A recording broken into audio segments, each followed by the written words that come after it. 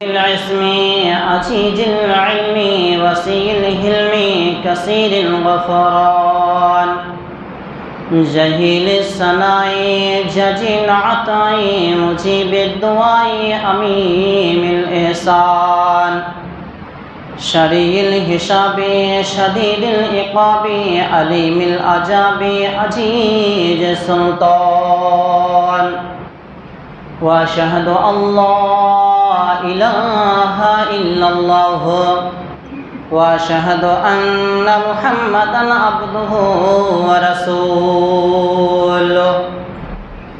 أما بعد فأعوذ بالله من الشيطان الرجيم بسم الله الرحمن الرحيم ومن الناس من يشتري لهو الحديث ليضل عن سبيل الله بغير علم ويتخذها هزوا أولئك لهم عذاب مهين وقال النبي صلى الله عليه وسلم وعن ابن عباس أن رسول الله صلى الله عليه وسلم حرم الخمر والميسر والكعبة وقال رسول الله صلى الله عليه وسلم لا يكونن من أمتي أقوام يستحلون الهرى والحرير والخمر والمعجيف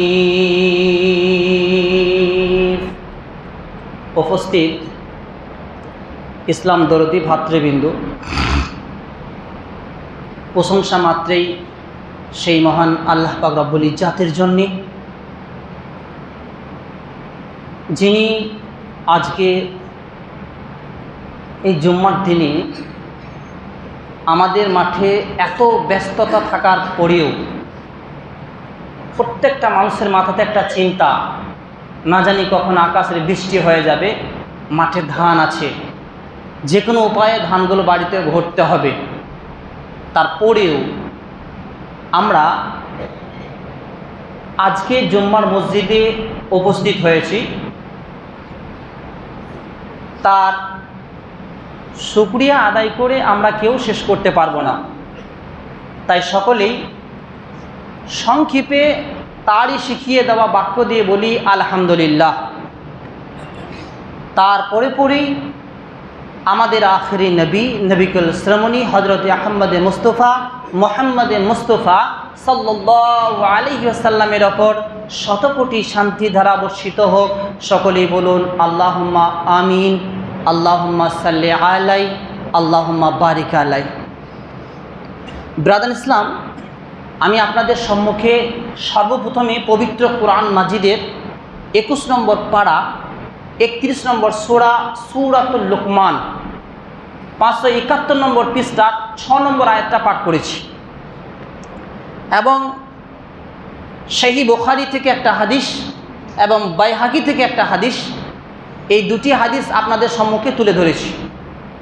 কোরআন এবং হাদিস এই দুটিকে সামনে রেখেই আমি আমার বক্তব্য ইতি করব ইনশাআল্লাহ। ওমা তৌফিক ইল্লা বিল্লাহ। আজকে জুম্মার দিন, আরেকটা বিষয় যেটা প্রচণ্ড গরম, তাপ আছে, আমাদের গোটা গ্রাম মিলে এক জায়গায় জমা, যার জন্য অসুবিধা হচ্ছে। প্রত্যেক জমাতে কেউ না কেউ এই দোতলার ওপরে যারা রয়েছেন, মনে আমরা থাকতে পারছি না, এত তাপ, থাকা যাচ্ছে না। যাক, সময়ের দিকে লক্ষ্য রেখে একটুকু সময়টা কমিয়ে দিয়ে আগেই জমাটা শেষ করার চেষ্টা করব। আমরা প্রত্যেকেই এখন যতদিন গরম থাকবে একটুকু প্রত্যেকে আগে চলে আসবেন। আমি যে আয়াতটা পাঠ করেছি সূরা লোকমানের 6 নম্বর আয়াত, এই আয়াতটা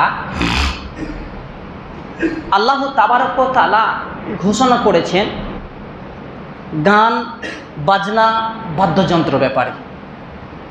আজকে বর্তমান যুগে, বর্তমান জামানাতে আজকে দেখবেন আমাদের মুসলিম সমাজ, মুসলিম উম্মাহ, এদেরকে দরকার ছিল এই সমস্ত জিনিস থেকে এরা বেঁচে থাকবে। কিন্তু প্রত্যেকটা মুসলিম গ্রামে হলে মলে, বিবাহেতে, অনুষ্ঠানে, সভাতে, মিটিংয়ে, মিছিলে, প্রত্যেকটা জায়গাতে এদের গান ছাড়া চলছে না। বক্স, ডিজে বক্স ছাড়া কোনো কাজ হবে না। বিবাহ সুন্নতি তারিকা, আর নিকাহ মিন সুন্নতি ফামান রাগিবা মিন সুন্নতি। বিবাহটা একটা সুন্নতি কাজ। তারপরেও বলছে বিয়ে বাড়ি, আপনাদের গ্রামে বিয়ে বাড়ি এসেছি, মনে হচ্ছে মরা ঘর এসেছি। আগে মানা আছে বিয়ে ঘর, বক্স বাজবে না, গান হবে না, এটা বিয়ে বাড়ি মানায়। আজকে বর্তমান যুগে, বর্তমান জামানাতে এটা চলছে। বলছে গান ছাড়া কোনো কাজ অসম্ভব হবে না। এটা আমাদের গ্রামের কথা বলিনি, এটা আমাদের গ্রামের একটা আইডিয়াল ভিন্ন কথা। এটা একটা ভিন্ন ধরনের গ্রাম। এই গ্রামটা একটা আলাদা গ্রাম। এই গ্রামটার মধ্যে একটা আপনি ভদ্রতা গ্রাম আপনি কোথাও খুঁজে পাবেন না।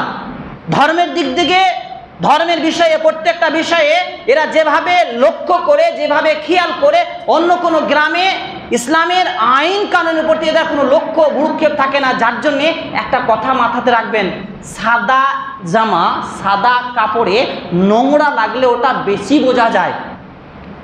যেমন দেখবেন কোনো আলেম ওলামা কোনো একটা অন্যায় করলে, ভুল করলে মানুষ হাইলাইট বেশি হয়। উফ, সালা ওই ইমামটা এই কাজ করেছে, ওই মৌলবীটি এই কাজ করেছে। কেন বলুন তো? ওরা ভালো মানুষ, ইমামদার এবং ইমাম, পরেশগার, গ্রামের লিডার, ওই লোকটা এই কাজ করে দিয়েছে, যার জন্য হাইলাইটটা বেশি হয়। একটা কালো জামার ওপরে নোংরা লাগলে ওটা বোঝা যাবে না। সাদা পোশাকের ওপরে একটা স্পট পড়ে গেলে স্পষ্টভাবে বোঝা যাবে। যাক, আল্লাহ কি বললেন? আল্লাহ বলছেন বিসমিল্লাহির রহমানির রহিম, ওয়া মিনান নাসে মাই ইয়াশতারি লাহুল হাদিস। এমন কিছু লোক আছে যারা মানুষকে আল্লাহর পথ থেকে ভ্রান্ত করার উদ্দেশ্যে, দূরে সরিয়ে রাখার উদ্দেশ্যে, ভুলিয়ে রাখার উদ্দেশ্যে গান, বাজনা, বাদ্যযন্ত্র সংগ্রহ করে, এরা ক্রয় করে, বিক্রয় করে, ব্যবসা করে। এগুলো সম্পূর্ণরূপে হারাম। কি বললাম? এক প্রকারের লোক আছে যারা গান বাজনা মানুষকে আল্লাহর পথ থেকে ভ্রান্ত করে রাখার জন্যে গান বাজনা বাদ্যযন্ত্র সংগ্রহ করে এবং এগুলোকে নিয়ে ঠাট্টা বিদ্রুপ করে। আল্লাহ বলছেন উলাইকা লাহুম আযাবুম মুহিন। ওই ওই ওই সমস্ত লোকেদের জন্যে যারা গান বাজনা বাদ্যযন্ত্র সংগ্রহ করে ঠাট্টা বিদ্রুপ করে, ওই সমস্ত লোকেদের জন্যে অবমাননাকর, অপমানজনক শাস্তি তাদের জন্য প্রস্তুত করা হয়েছে। অপমানজনক শাস্তি তাদের জন্য রয়েছে। আল্লাহ বললেন, নবী কি বলছেন? ওয়ান আনাসিন রাদিয়াল্লাহু তাআলা আনহু আন্না রাসূলুল্লাহ সাল্লাল্লাহু আলাইহি ওয়াসাল্লাম ইন্নাল্লাহা তাআলা হারামাল খামরা ওয়াল মাইসিরা ওয়াল কুবাতা। রাওয়াহু বাইহাকি। আব্বাস রাদিয়াল্লাহু তাআলা আনহু তিনি বলেন যে আল্লাহ রাসূল সাল্লাল্লাহু আলাইহি ওয়াসাল্লাম তিনি বলেছেন, ইন্নাল্লাহ তাআলা, নিশ্চয় নিশ্চয় আল্লাহ তাবারাক ওয়া তাআলা হারামাল খামরা, পৃথিবীর বুকে যত রকমের নিষেধাজ্ঞা দ্রব্য আছে সমস্ত রকমের নিষেধাজ্ঞা দ্রব্য মদ হারাম ঘোষণা করেছেন। আর কি করলেন? আল্লাহ তাবারাক ওয়া তাআলা ইন্নাল্লাহ তাআলা হারামাল খামরা ওয়াল মাইসিরা ওয়াল কুবাতা। আল্লাহ নবী আরো বললেন যে আল্লাহ তাবারাক ওয়া তাআলা যেমন নিষেধাজ্ঞা দ্রব্য মদ হারাম করেছেন, ঠিক অনুরূপ পৃথিবীতে যত রকমের বাদ্যযন্ত্র আছে, ছোট বড় সেজ ল, যত রকমের বাদ্যযন্ত্র আছে সমস্ত রকমের বাদ্যযন্ত্র আল্লাহ তাবারাক ওয়া তাআলা হারাম করে দিয়েছেন। তাহলে এ থেকে প্রতীয়মান হলো, বোঝা গেল নেশাদার দ্রব্য মদ যেরকম হারাম, গান বাজনা বাদ্যযন্ত্র এটা সম্পূর্ণরূপে হারাম। আল্লাহ নবী আর কি বলেছেন দেখুন, ওয়াকাল রাসূলুল্লাহ সাল্লাল্লাহু আলাইহি ওয়াসাল্লাম লা ইয়াকুনান্না মিন উম্মতি আকওয়ামুন ইস্তাহিল্লুনাল হিরা ওয়াল হারিরা ওয়াল খামরা ওয়াল মাযিফ। মুত্তাফাকুন আলাইহি। আল্লাহ রসুল সাল্লাল্লাহু আলাইহি ওয়াসাল্লাম তিনি বলছেন, আমার পরে কিছু লোক আসবে। আল্লাহ নবী বলছেন, আমার পরে কিছু লোক আসবে যারা জিনাকে হালাল মনে করে নেবে। 1 নাম্বার 2, রেশমি পোশাককে হালাল মনে করবে। নাম্বার 3, নিষাদার দ্রব্যকে হালাল মনে করবে। নাম্বার 4, বাদ্যযন্ত্র গান বাজনাকে হালাল মনে করবে। হাদিস বুখারী। আল্লাহ নবী কি বললেন আমি আবার বলছি। 1 নম্বরে আল্লাহ নবী বলছেন যে আমার পরে কিছু লোক আসবে। 1400 বছর পূর্বে আল্লাহ নবী বলে গেছেন যে তারা জিনাকে হালাল মনে করবে। আজকে আপনি একটুকু চোখটা ফিরিয়ে দেখে নেন, মুসলিম উম্মাহা, মুসলিম জাতির দিকে লক্ষ্য করুন। প্রত্যেকটা মুসলিম গ্রামে প্রত্যেকটা যুবক এরা জিনার সঙ্গে জড়িত আছে, প্রকাশ্যভাবে গোপনীয়ভাবে প্রত্যেকটা যুবক যুবতী এরা জিনার মধ্যে লিপ্ত রয়েছে। এরা জিনা অগাধ চালিয়ে যাচ্ছে। এরা জিনাকে হারাম মনে করে না, এরা জিনাকে হালাল মনে করবে।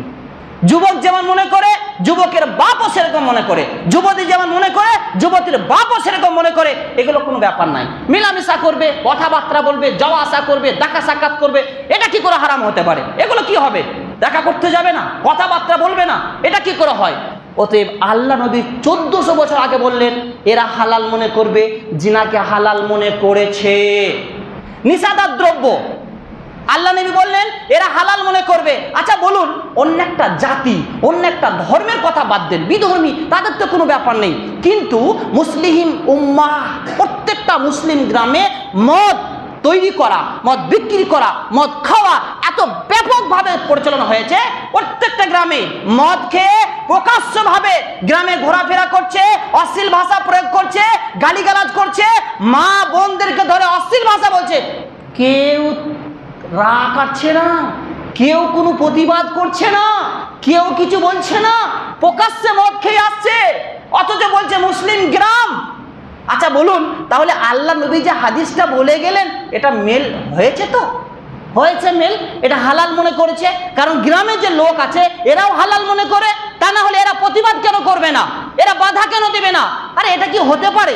হয়তো বাইরে কেউ আজারে বাজারে কোনো জায়গাতে গিয়ে মদ পান করেছে, খেয়ে নিয়েছে, ঠিক আছে, এটাও হতে পারে, এটা অসম্ভব কিছু নয়। আমরা বুঝতে পারি নাই, গ্রামের মানুষ কেউ জানতে পারেনি। কিন্তু ও মদ খেয়ে গ্রামের একদম ভিতরে রাস্তাতে, মেন রাস্তার ওপরে টলতে টলতে টলতে টলতে কখনো যদি কেউ রাগ আছে তাকে অশ্লীল ভাষা কিস্তি করে ও একদম বুক ফুলিয়ে চলে আসে।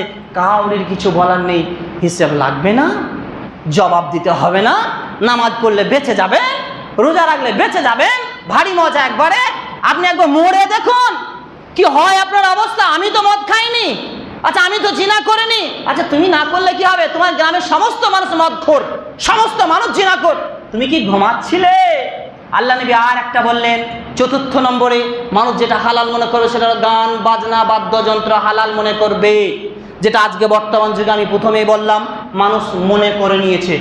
একজন মানুষ আপনি গার্জেন মনে করেছেন যে গান বাজনা বাদ্যযন্ত্র হারাম, তা না হলে যদি হারাম মনে করেন তাহলে বলুন আপনার ছেলেটা 24 ঘন্টা ও মোবাইলে কানে হেডফোন লাগিয়ে আছে, ও পায়খানা ফিরতে যায় তাও হেডফোন, ও পেশাব ফিরতে যায় তাও হেডফোন, ও খেতে যায় তাও হেডফোন, 24 ঘন্টা লাগান আছে, গান বাজছে, ফুল দমে গান বাজছে। আপনার বাড়িতে কোনো অনুষ্ঠান চলছে, যখন বিয়ে বাড়ি চলছে, ডিজে বক্স গান বাজছে, আপনি এটাকে হালাল প্রমাণ করে দিয়েছেন প্রত্যেকটা মুসলিম গ্রামে। কিন্তু আমার গ্রামে নয়। সুগর গ্রামে আপনি দেখাতে পারবেন না যে কোনো একটা বিয়ের বাড়িতে গান বেজে গেছে।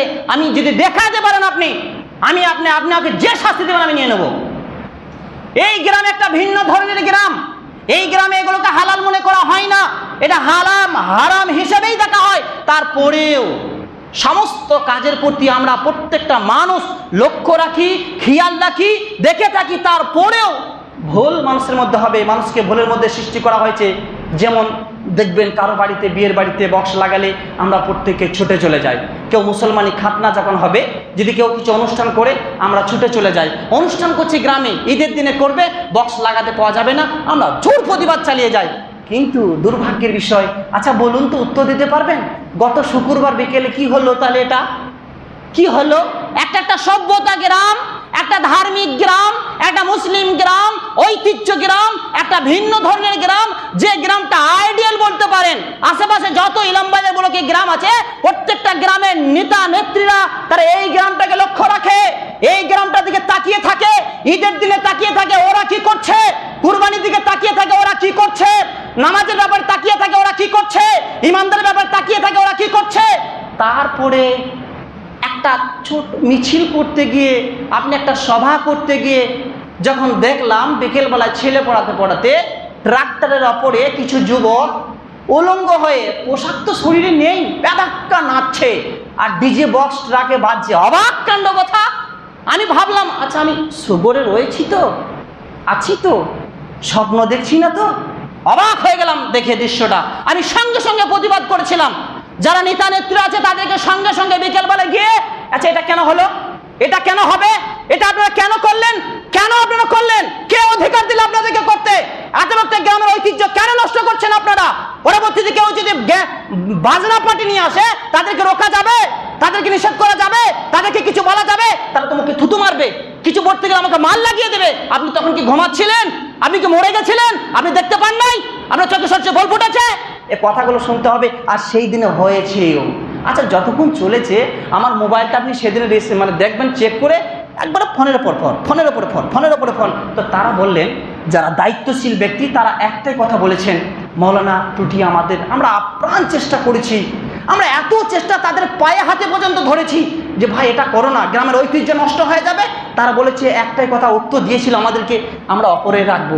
আমি এর আগেও বলেছি আপনাদের কিছু করতে হয়, একটা ভারতবর্ষ, এটা গণতান্ত্রিক দেশ, মিছিল করতে হবে ঠিক আছে, কিন্তু তাই বলে গ্রামের ঐতিহ্য নষ্ট করে দেবেন, এটা কখনোই হবে না। অতএব তারা বললেন না ইমাম সাহেব আমাদের এটা অন্যায় হয়েছে, তবু তাদেরকে বলেছিলাম তোমরা এটা রোডের ওপরে রাখবে, তাদেরকে জোর কদমে নিষেধ করেছিলাম, তোমরা রোডে রাখবে, নামাবে না, আমার গ্রামে এগুলো ঢুকবে না, পুরো বন্ধ আছে। তারপরেও কিছু যুবক যারা উঠতি বয়স, যৌবনের টকবক করে যাতে ফুটছে, রক্ত ফুটছে, তাদের ড্যান্স করতে ভালো লাগে, গান শুনতে ভালো লাগে, গান না শুনলে তাদের শরীরটা ঘামে না, লাফাঝাপা করতে পারবে না, রং খেলাতে পারবে না, তারাই কাজগুলো করে দিল। যাক কি করব, আমরা এত চেষ্টা করেও রুখতে পারলাম না। ক্ষমা প্রার্থী গ্রামের মানুষের কাছে যে আমরা আর এরকম কখনোই আপনাদেরকে এরকম কাজ করা যাবে না, জোর প্রতিবাদ করতে হবে, গ্রামটাকে আপনাদেরকে রক্ষা করতে হবে।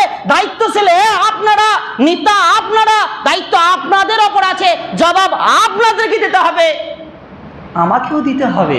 আমি বাঁচবো না, আমি ছেড়ে কথা আমাকেও বলা হবে না, কিয়ামতের মাঠে জবাব লাগবে। অতএব প্রত্যেকটা মানুষের কাছে আমার অনুরোধ, আমি যে আজকে বিষয়টা ধরেছিলাম গান বাজনা সম্পূর্ণ হারাম, অনেক লম্বা কথা ছিল, ছোট ছোট ঘটনা ছিল, কিন্তু প্রচণ্ড গরম, অপরের লোকগুলো থাকতে পারবে না, আমি তার জন্য আপনাদেরকে বলতেও পারছি না। তবে শুধু এতটুকু আপনাদেরকে বার্তা আমি দিতে চাই যে সামান্য যেই বিষয়গুলো ঘটে গেছে, চলে গেছে, গিয়া ওয়াক্তে ফের হাতাটা নেই, সেটা আর ফিরে আসবে না। এটা যারা করেছেন আপনারা লক্ষ্য রাখবেন, পরবর্তীতে কখনোই কোনো অবস্থাতে আপনাদের এগুলো যেন না হয়ে যায়। কেন আপনাদের দিকে মানুষ আঙ্গুল তুলবে, পাশের গ্রামের মানুষ বলবে কাল দিনে দেখলাম ওদের গ্রামটা এই অবস্থা, আজকে কি করে হলো, আজকে কেন হলো, আজকে কেন করলো। সামান্য জিনিসের জন্য আমি আমার নিজের ক্ষতি করব না, ধর্মের ক্ষতি করব না। আপনারা দায়িত্বশীল, আপনারা নেতা, আপনারা নেত্রী, আপনাদেরকে জবাব দিতে হবে, আপনাদেরকে জবাবদিহি করতে হবে, প্রশ্ন মুখোমুখি হতে হবে। তারা হবে না আমি ভুল করেছি, আমি জিনা করেছি, আল্লাহ নবী বলছেন কিয়ামতের মাঠে প্রশ্ন করবে আমার বাপকে, আমার বাপ কি ভুল করেছে, বাপ তো জন্ম দিয়েছে, ও শিক্ষা দিয়েছে, ও বলে দিয়েছে, তারপরেও বাপ কিয়ামতের মাঠে বলছে বাপকে ধরা হবে, তুমি কি করছিলে, শিক্ষাটা ঠিক মতো দাওনি কেন, তোমাকে জবাব দিতে হবে। তাহলে ছেলে ভুল করলে যেমন বাপকে জবাব লাগে, তাহলে ঠিক সেই রকম দায়িত্বশীল যারা ব্যক্তি, গ্রামের মানুষ যদি ভুল করে, যারা দায়িত্ব আছে, যারা দায়িত্ববান, তাদেরকে কিয়ামতের মাঠে আল্লাহ জবাবদিহি করতে হবে, আল্লাহর কাছে পাকড়াও হতে হবে, ধরবে। যুবক তোমরা কান খুলে শুনে নাও, খবরদার তোমরা এই ধরনের কাজ করবে না। সেই দিনে যে কাজটা করেছে রোডের ওপরে খোলা আম, একবারে মোবাইলে ফেসবুকে নাচ গান ড্যান্স করে কাপড় খুলে ফেসবুকে ছেড়ে দিয়েছে, আপনার টাটা সে ছেড়ে দিয়েছে, মানুষ বলছে কি ভালো না কাজ করেছে। আর গান শুনলেই জানে যৌবনের চাহিদা বেড়ে যায়, গান শুনলেই কোমরটা অটোমেটিক লড়বে, শরীরটা অটোমেটিক লড়বে। ইমাম ইবনে তাইমিয়া বলেছেন, তাই বর্তমান যুগে চলছে এগুলো হারাম, এগুলো সম্পূর্ণ হারাম। এগুলো থেকে আমাদেরকে বেঁচে থাকতে হবে। গ্রামকে বাঁচাতে হবে, শহরকে বাঁচাতে হবে, এলাকাকে বাঁচাতে হবে।